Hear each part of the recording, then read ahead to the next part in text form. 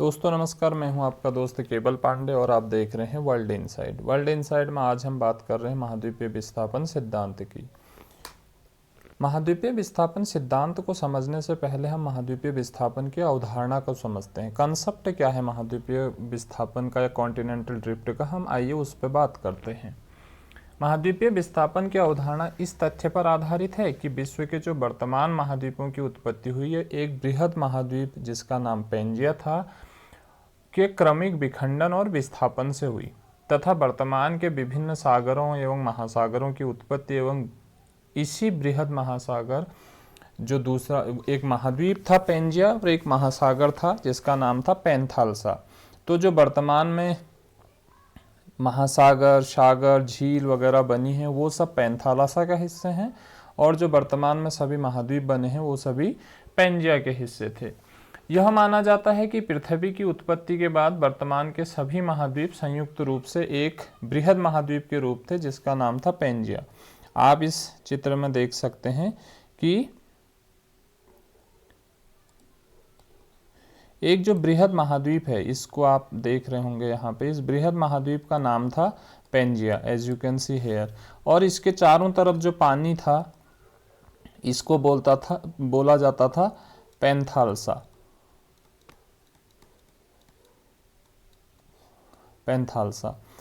अब क्या हुआ, जो महाद्वीपीय विस्थापन की अवधारणा है वो बोलता है कि इस पेंजिया में क्रमिक विखंडन हुआ जिससे पेंजिया दो भागों में टूट गया। उत्तरी भाग को बोला गया अंगारा लैंड या लॉरेशिया और दक्षिणी भाग को बोला गया गोंडवाना लैंड। और इसी के फिर ये अंगारा लैंड और गोंडवाना लैंड में ही क्रमिक विखंडन से जो वर्तमान में जो मॉडर्न वर्ल्ड में ये नॉर्थ अमेरिका है, साउथ अमेरिका है, अफ्रीका कॉन्टिनेंट है, यूरेशिया कॉन्टिनेंट है, इन सब पे बातें हुई। अब जो इसको महाद्वीपीय विस्थापन की जो अवधारणा थी उसको सैद्धांतिक आधार प्रस्तुत करने वाले का नाम था अल्फ्रेड वेगनर। ये थे जर्मन के जलवायुवेत्ता, ये क्लाइमेटोलॉजिस्ट थे जो क्लाइमेट का अध्ययन कर रहे थे। Alfred Wegener, as you can see in this picture, इन्होंने सिद्धांत को वैज्ञानिक आधार प्रस्तुत किया 1912 में। लेकिन जब प्रथम विश्व युद्ध होने के कारण उस समय पूरे विश्व में विश्व युद्ध की परिस्थितियां बनी हुई थी तो ये सिद्धांत डिले हो गया और इसका जो प्रकाशन हुआ वो 1922 में हुआ। वेगनर ने अपने महाद्वीपीय विस्थापन सिद्धांत को 1912 में प्रस्तुत किया, लेकिन बाद में कुछ कारणों से यह 1922 में प्रकाशित हुआ। अब महाद्वीपीय विस्थापन सिद्धांत को जो उन्होंने दिया वो उद्देश्य क्या थे, उस उद्देश्य को समझते हैं तो उसके तीन उद्देश्य थे। पहला उद्देश्य था जलवायु परिवर्तन को समझाना। बेसिकली वेगनर एक क्लाइमेटोलॉजिस्ट थे जिनका मुख्य उद्देश्य क्या था, विभिन्न महाद्वीपों के पूरा जलवायु की व्याख्या करना। पूरा जलवायु का मतलब होता है पहले की जलवायु कैसी रही होगी, इस बात का व्याख्या करना। विभिन्न महाद्वीपों में जो अतीत काल में जलवायु का अध्ययन से यह पाया गया कि जो विभिन्न युगों में भूगर्भिक कालों में एक ही महाद्वीप की जलवायु भिन्न भिन्न रही है। एक ऐसा नहीं था कि एक जो महाद्वीप है उसमें एक ही तरीके की जलवायु है, एक ही महाद्वीप में अलग अलग तरीके की जलवायु उनको देखने को मिल रही थी। ऐसा सभी महाद्वीपों में वो देख रहे थे तो उनको लगा कि दो कारण हो सकते हैं इस बात का कि एक ही महाद्वीप में अलग अलग जगहों पर जलवायु अलग अलग मिल रही है। इसके दो कारण हो सकते हैं, या तो पूरा जलवायु बेल्ट शिफ्ट हुई होंगी। अगर जलवायु बेल्ट शिफ्ट नहीं हुए हैं तो कुछ न कुछ तो हुआ है। तो उन्होंने सोचा कि जलवायु बेल्ट अगर शिफ्ट नहीं हुए हैं तो फिर महाद्वीप शिफ्ट हुए हैं, ये उनका मानना था और ये उन्होंने आगे अपने सिद्धांत में बताया। दूसरा उनका उद्देश्य था जो महाद्वीप और महासागरों की जो बेसिन का अस्थायित्व है उसको वो समझना चाहते थे। जैसे वर्तमान में भी हम देखें कि अटलांटिक महासागर फैल रहा है जिसको हम सी फ्लोर स्प्रेडिंग के नाम से जानते हैं, जिसको 1960 के दशक में हैरी हेस ने एक महाद्वीप ये महासागरीय जो नितल है उसके फैलाव की सी फ्लोर स्प्रेडिंग के ऊपर अपना एक सिद्धांत प्रस्तुत किया। और अगर हम उसी समय देखें तो जो प्रशांत महासागर है वो सिकुड़ रहा है। तो उन्होंने माना कि ये जो स्थायित्व है, जो ये अस्थायित्व है कि कोई बढ़ रहा है कोई घट रहा है, इस बात को भी समझाने के लिए उनका ये सिद्धांत उन्होंने दिया। तीसरा, महाद्वीपों के विस्थापन के कारण ही जलवायु परिवर्तन होता है या हुआ है, इस बात को उन्होंने पुष्ट करना था, इस बात की उन्होंने पुष्टि करनी थी, इस बात को वो जोर देना चाहते थे कि जो जलवायु परिवर्तन हुआ है वह इन्हीं कारणों से हुआ है। अब उन्होंने अपने उद्देश्य तो मान लिए, लेकिन अब उद्देश्यों के साथ साथ उन्होंने अपने सिद्धांत की कुछ मान्यताएं भी मानी। महाद्वीपीय विस्थापन सिद्धांत की जो मान्यताएं थी उसमें जो पहला मान्यता थी उस समय का तात्कालिक भूगर्भीय ज्ञान। और तात्कालिक भूगर्भीय ज्ञान में अगर हम देखें तो स्वेस ने उस समय तक काम कर दिया था और पृथ्वी की परतों को 3 भागों में स्वीकार कर लिया था, सियाल परत, सीमा परत और निफे परत। और इस सिद्धांत से ये स्वीकारा गया था कि जो सियाल परत है वो सीमा परत के ऊपर तैराव की स्थिति में है, अर्थात सीमा का घनत्व अधिक है, सीमा को तरल अवस्था में माना और सियाल को ठोस अवस्था में माना, और बोला कि जो ठोस सियाल है वो तरल सीमा के ऊपर तैराव की स्थिति में है। दूसरा, उनकी जो मान्यता थी वो मानते थे कि आज से लगभग 35 करोड़ वर्ष पूर्व कार्बोनिफेरस एक काल था। उस काल में सभी जो वर्तमान के महाद्वीप हैं वो संयुक्त रूप से एक थे, जिसको उन्होंने पेंजिया माना, और सभी विशाल इस पेंजिया को चारों तरफ से सारे महासागरों ने घेरा था और उस विशाल महासागर का नाम था Panthalassa. As you can see in this figure here, Pangaea था और पेंजिया के बाहर फिर ये पूरा पेंथालसा था। फिर उन्होंने बोला कि कार्बोनिफेरस काल के अंत में क्या हुआ, पेंजिया 2 भागों में टूट गया। उत्तरी भाग को अंगारा लैंड या लॉरेशिया बोला तथा दक्षिणी भाग को गोंडवाना लैंड कहा, और बोला कि इन दोनों के मध्य में एक सागर अस्तित्व में आया और इस सागर का नाम इन्होंने दिया तेथिस सागर। जैसा कि आप इस फिगर में देख रहे हैं कि यहाँ पे जो एक सागर की उत्पत्ति हुई, इन दोनों के बीच में जो एक सागर बना, इस सागर को बोला इन्होंने तेथिस सागर। और बोला कि इसी तेथिस सागर में आगे चल के जब महाद्वीप एक दूसरे के पास आए, पहले तो बोल रहे हैं दूर गए, फिर जब महाद्वीप एक दूसरे से पास आने लगे तो इस तेथिस सागर में उभार आने लगा, और इसी से जो वर्तमान में हिमालय, एटलस, आल्प्स, ये जो विभिन्न तरीके के अवसादी चट्टानों से निर्मित जो भी पर्वत श्रृंखलाएं हैं, अवसादी पर्वत हैं, वो इसी से इनका निर्माण हुआ। अब फिर उन्होंने बोला कि जो प्रवाह हुआ, जो महाद्वीप एक जगह से दूसरी जगह पे गए, इसके कारण बताए, और बोला कि महाद्वीपों में 2 दिशाओं की ओर विस्थापन हुआ। पहला पश्चिम दिशा की ओर, या फिर हम उसको बोलेंगे भूमध्य रेखा की ओर, और दूसरा एक हुआ पश्चिम दिशा की ओर और दूसरा हुआ उत्तर की ओर, जो भूमध्य रेखा की ओर हुआ। भूमध्य रेखा की ओर गुरुत्व बल या उत्प्लावक बल को इन्होंने जिम्मेदार माना। अब उत्प्लावक बल या गुरुत्व बल होता है कि जब कोई चीज होती है वो दूसरे पिंड पे फोर्स लगाती है, ठीक है, तो वो चीजों को अपनी ओर खींचती है। उत्प्लावकता का बल क्या होता है, जिसको बायंसी बोलते हैं, ये होता है किसी पिंड द्वारा लगाया गया दूसरे पिंड पे फोर्स। जितना वो दूसरे पिंड पे फोर्स लगाएगा उतना ही फोर्स उसको वापस मिलेगा। इसको हम न्यूटन के 3rd नियम, जो क्रिया प्रतिक्रिया का नियम है, उस नियम से भी समझ सकते हैं कि अगर हम किसी को जितना धक्का देंगे उतना ही झटका हमको, उतना ही धक्का हमको भी लगेगा। ये है बायोंसिक जो फोर्स है। दूसरा है जो पश्चिम की ओर बल लगा, इसके लिए इन्होंने जिम्मेदार माना सूर्य और चंद्रमा की आकर्षण शक्ति को, जिसको टाइडल फोर्स कहते हैं। अभी वर्तमान में जो समुद्रों में ज्वार भाटा आ रहे हैं वो इसी टाइडल फोर्स की वजह से आ रहे हैं। तो इसको भी इन्होंने अपने प्रवाह संबंधी बलों में सम्मिलित किया कि ज्वारीय बल के कारण पश्चिम की ओर खिंच गए महाद्वीप, और उत्प्लावकता बल की वजह से ये उत्तर की ओर शिफ्ट हो गए। अब ये जब अपना अध्ययन कर रहे थे वैगनर, तो इनको क्या हुआ, इनको 2 चीजें देखने को मिली। इनको मिला कि जो भूमध्य रेखा अभी वर्तमान में जहाँ पर भूमध्य रेखा की स्थिति है, वहाँ पे इनको ध्रुवों के प्रमाण मिले। जीवाश्मी अध्ययन कर रहे थे ये जीवाश्मों का, तो इन्होंने देखा कि जो भूमध्य रेखा है, भूमध्य रेखा पे तो ये हमको ध्रुवों की जो चीज़ें हैं उनके वो मिल रहे हैं जीवाश्म, और ध्रुवों पे इनको भूमध्य रेखा के जीवाश्म मिल रहे थे।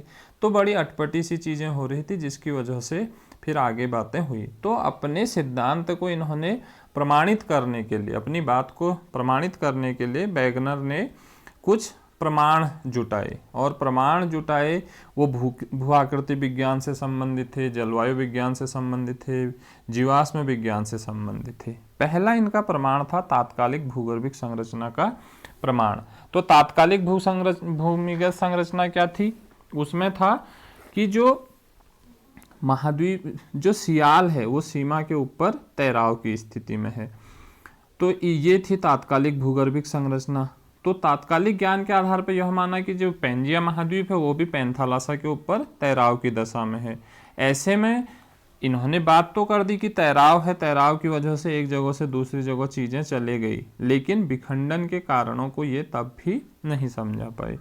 दूसरा था महाद्वीपीय भागों की साम्यावस्था, जिसको जिक्सॉ फिट बोलते हैं, आगे मैं इस पर बात कर रहा हूँ। नवीन एवं प्राचीन पर्वतों के प्रमाण थे, प्राचीन पठारों की संरचना में समरूपता के इन्होंने प्रमाण प्रस्तुत किए, पूरा जलवायु तथा कार्बोनिफेरस हिमयुग के प्रमाण इन्होंने दिए, जीवाश्म विज्ञान और कोयला संरचना के प्रमाण इन्होंने प्रस्तुत किए, और लैमिंग जंतु के प्रमाण इन्होंने प्रस्तुत किए। अब जैसे ये है जिक्सॉ फिट। जिक्सॉ फिट में क्या है कि जो वर्तमान के महाद्वीप हैं, अगर इनको हम एक दूसरे से जोड़ने की कोशिश करें तो ये एक दूसरे से जुड़ जाते हैं। जैसे आप यहाँ पर देख सकते हैं कि ये एक दूसरे से जुड़ रहे हैं। यहाँ पर आप देखिए, ये साउथ अमेरिका कॉन्टिनेंट है, ये अफ्रीका कॉन्टिनेंट है। इस क्षेत्र को देखिए, आप इस क्षेत्र से जोड़ने का प्रयास करेंगे तो ये आपस में जुड़ जाते हैं। तो और इस वाले क्षेत्र को आप देखिए, इस क्षेत्र से जोड़ने का प्रयास करेंगे तो ये जुड़ जाता है। वैसे ही ये वाले क्षेत्रों को अगर इस क्षेत्र से जोड़ने का प्रयास करेंगे तो ये जुड़ जाते हैं। भारत के इस वाले क्षेत्र को अगर आप इधर जोड़ने का प्रयास करेंगे तो ये आपस में जुड़ जाते हैं। तो जिक्सॉ फिट कि जो महाद्वीपों की अभी स्थिति है, अगर हम इनको जोड़ने का प्रयास करें तो ये एक दूसरे से जुड़ जाते हैं। पहला प्रमाण ये था जो लगभग सही बात करता है। दूसरा प्रमाण क्या था? इन्होंने चट्टानों की उम्र के प्रमाण प्रस्तुत किए। इन्होंने देखा कि जो ब्राज़ील है, ब्राज़ील में जो चट्टानों की उम्र अभी दिख रही है, उसी उम्र की चट्टानें इन्होंने देखा कि हमको अफ्रीका में भी दिख रहा है, वेस्ट अफ्रीका में भी दिख रहा है, इस रीजन में भी, इस रीजन में भी, दोनों एक जैसे पठार इनको जो चट्टानें दिख रही थी और उनकी उम्र भी सेम थी। अब इस बात से यह प्रमाणित हो गया कि ये जो दो क्षेत्र हैं वो कभी एक साथ रहे होंगे, इसीलिए यहाँ जिस चट्टान की जो इतनी उम्र है वह उतनी ही उम्र यहाँ पे भी है। दूसरा, यहीं पे ब्राज़ील का पठार है और इधर है नामीब का पठार।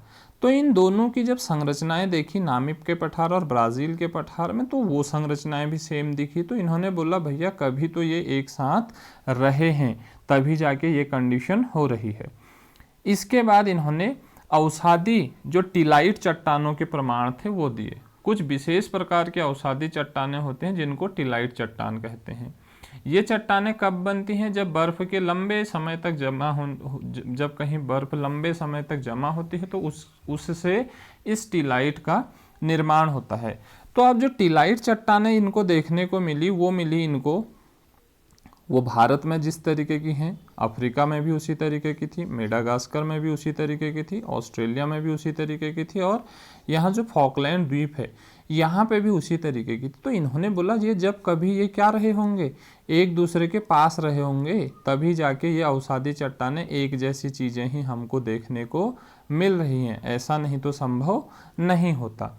फिर इन्होंने प्रमाण दिए प्लेसर निक्षेप के। अब प्लेसर क्या है? यह एक तरीके का खनिज है और इसमें मुख्य रूप से हैं सोने के धातु, सोने के खनिज अगर हम बोलते हैं तो सोने के धातु। तो इन्होंने देखा कि जिस तरीके का सोना या जिस तरीके के प्लेसर के निक्षेप ब्राज़ील में है, उसी तरीके के अफ्रीका के घाना देश में भी हैं।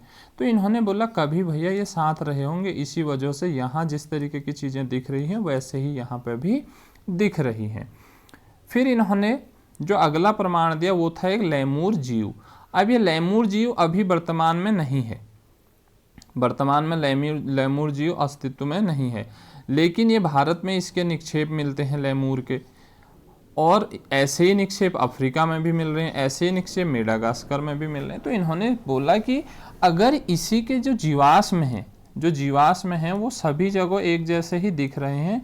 तो कभी ये एक साथ रहे होंगे ये सारे एरिया, अफ्रीका, भारत, मेडागास्कर, तभी जाके ये जीव वहाँ पर रहता हो गया। और उसके जीवाश्म भारत में भी देखने को मिल रहे हैं, अफ्रीका में मिल रहे हैं, मेडागास्कर में मिल रहे हैं, तो हर जगह ये देखने को मिल रहे हैं। इसी तरीके का एक जीव और है जिसका नाम है मेसोसोरस। यह एक सरीसृप प्रजाति का जीव है, वो भी विश्व के हर क्षेत्र में देखने को मिल रहा है। और फिर ऐसी ही एक वनस्पति है, उस वनस्पति का नाम है ग्लोसेप्टोरिस वनस्पति,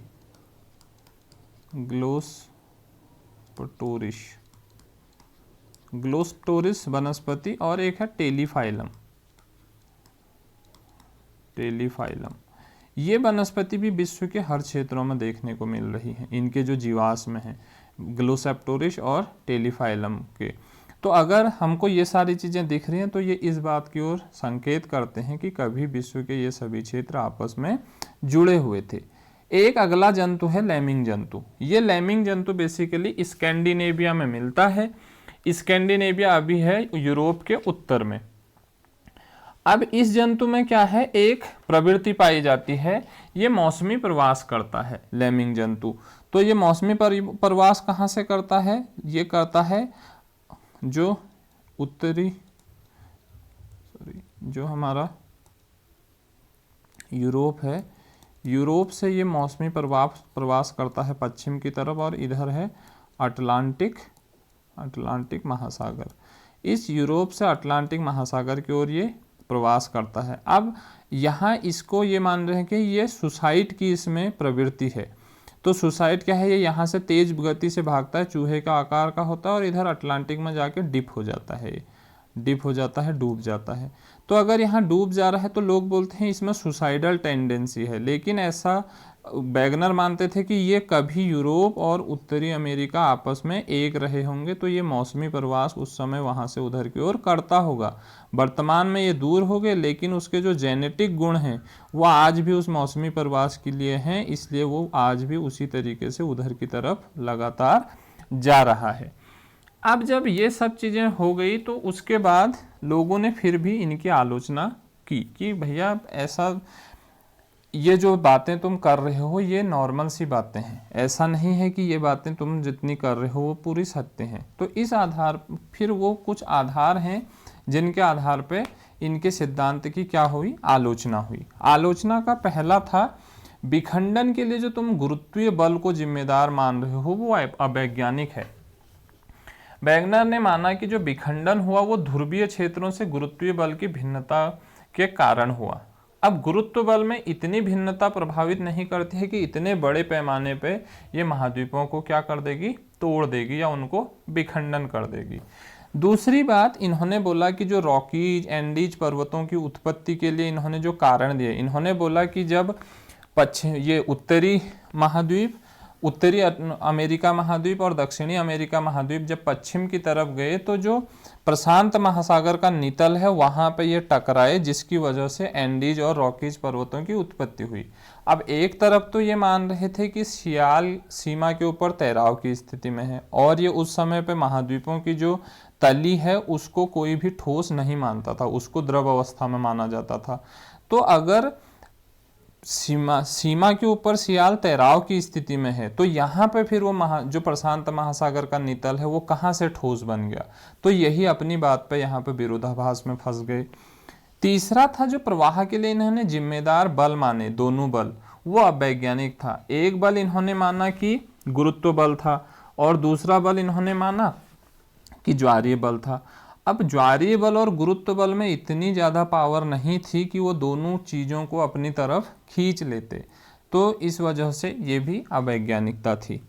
चौथा था जी कि महाद्वीपों में जो प्रवाह के मात्र दो ही दिशाओं में हुआ, उत्तर और पश्चिम में, ये बात भी अवैज्ञानिक थी। अगर हम प्लेट टेक्टोनिक सिद्धांत को देखते हैं तो प्लेट टेक्टोनिक सिद्धांत बोलता है कि अभी भी जो महाद्वीप हैं, जो अफ्रीका महाद्वीप है या जो भारत का उपमहाद्वीप है, ये अभी भी उत्तर और उत्तर पूर्व दिशा की ओर बढ़ रहे हैं। तो ये कैसे मान सकते हैं कि हम कि भैया उत्तर और पश्चिम की ओर ही उस समय पे प्रवाह हुआ होगा। तो ये बहुत सारी बातें थी जो इनकी बात अपनी ही इनके ही सिद्धांत को अवैज्ञानिकता की ओर लेके गई। आशा करता हूँ आपको ये सारी बातें समझ में आई होंगी। अगर हम इसी को आगे देखेंगे, महाद्वीपीय विस्थापन सिद्धांत को जब हम आगे देखेंगे, तो ऑथर होम्स ने इस सिद्धांत को और प्रमाणित करने के लिए संवहनिक ऊर्जा तरंग सिद्धांत दिया 1928 में। उसके बाद 1953 में वाइन और मैथ्यूज ने जो पुराचुंबकत्व का सिद्धांत दिया, वो इसी बात को प्रमाणित करने के लिए आया। फिर 1960 में जब हैरी हेस ने सागर नितल प्रसरण सिद्धांत दिया, तो वो भी इन्हीं बातों के ऊपर आधारित था कि चीज़ें ऐसी घटित हुई हैं कहीं ना कहीं। आगे चल के 1968 में जो प्लेट विवर्तनिकी सिद्धांत आया, उसके ऊपर हम अपनी अगली कक्षाओं में बात करेंगे कि जो महाद्वीप विस्थापित हुए या जो महाद्वीप टूटे हैं उसके पीछे क्या कारण हैं। उन कारणों को हम अपनी आगे की कक्षाओं में समझेंगे। तब तक के लिए थैंक यू सो मच।